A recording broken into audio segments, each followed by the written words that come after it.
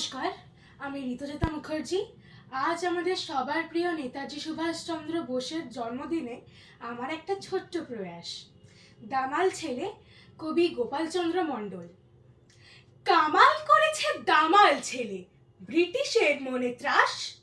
পণ করেছিল করতে স্বাধীন, করবে তাদের নাশ।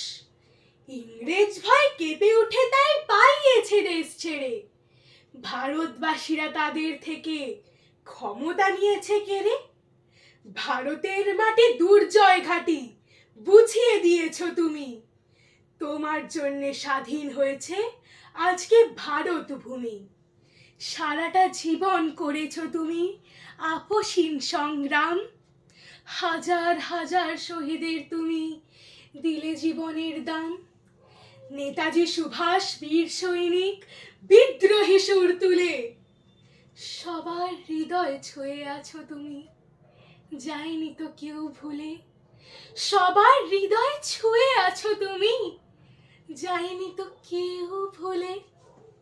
নমস্কার।